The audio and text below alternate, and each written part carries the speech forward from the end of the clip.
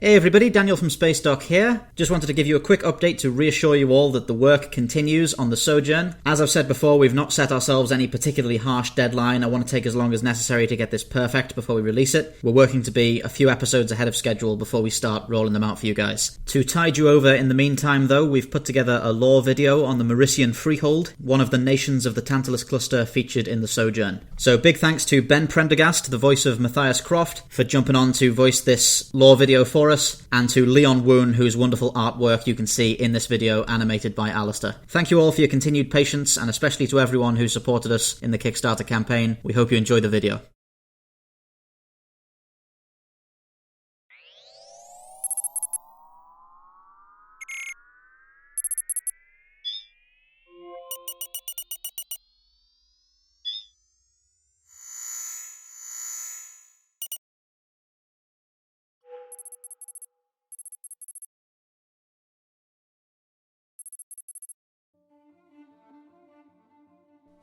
Expedition Log, Mathias Croft.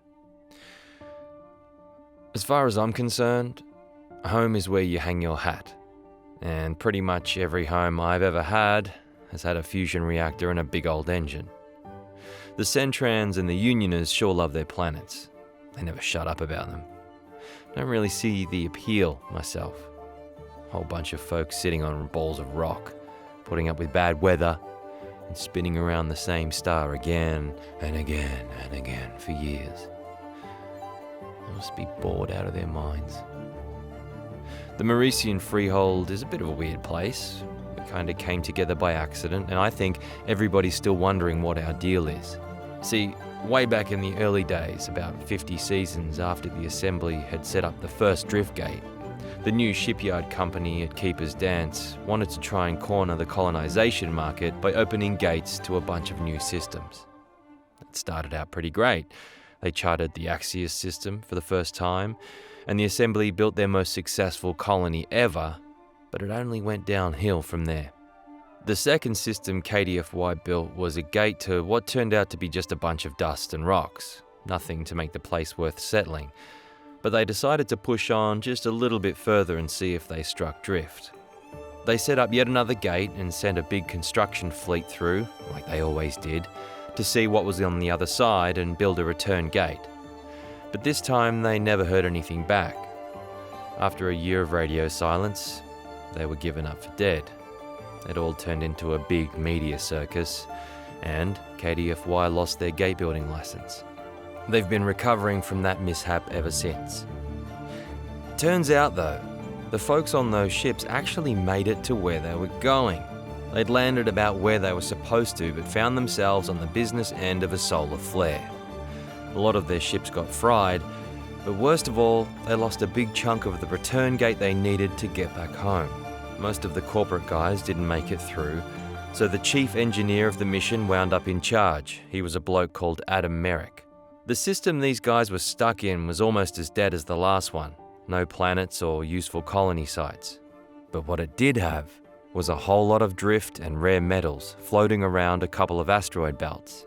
After a while, Merrick managed to get everybody so organised that they were welding their old ships together into makeshift stations and mining out materials from the asteroid belts. By the time Merrick died, they'd stuck so many of these stations together that they'd wound up with a massive floating city on their hands. So they decided to call it Mercia, in honour of the man himself. Fast forward about 150 seasons, and this little gang of castaways have turned themselves into a nation and developed a whole culture. They were better at living and working in space than anyone born on a planet, and they could turn just about anything into a spaceship if you gave them enough duct tape and string.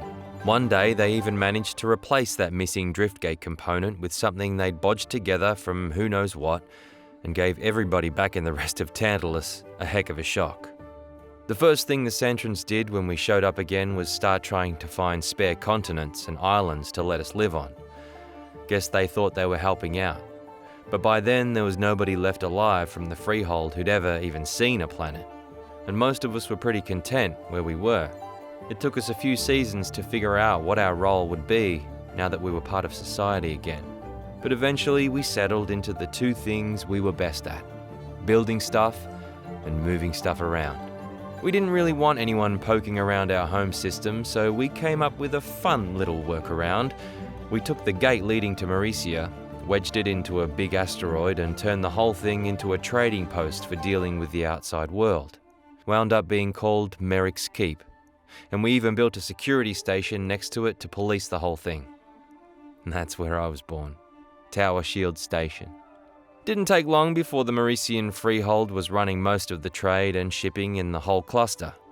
We built massive treasure ships and merchant fleets, chartered more fuel-efficient trade routes by slingshotting around gas giants, even rented ourselves out to build cheap space stations for the frontier systems. Eventually, the Centrans and the Unioners decided to have themselves a big war, so we stayed right out of that and just carried on selling them stuff. Occasionally, one side or the other would give us some grief for staying neutral, but both of them still trust us a lot more than they trust each other. I haven't been back to the Freehold myself for a good few seasons now. Spent a while getting into trouble all over the cluster, bouncing from ship to ship, till eventually I found a really nice one and refused to leave. Here I've got myself a home and a family, and with a bit of luck we make enough to keep the lights on. But these days that's a lot more than most folks out here have got. So hopefully by the time this expedition is wrapped up, we'll have done our bit to make sure everybody has somewhere to hang their hat. Mathias Croft, Corvette Guinevere, signing off.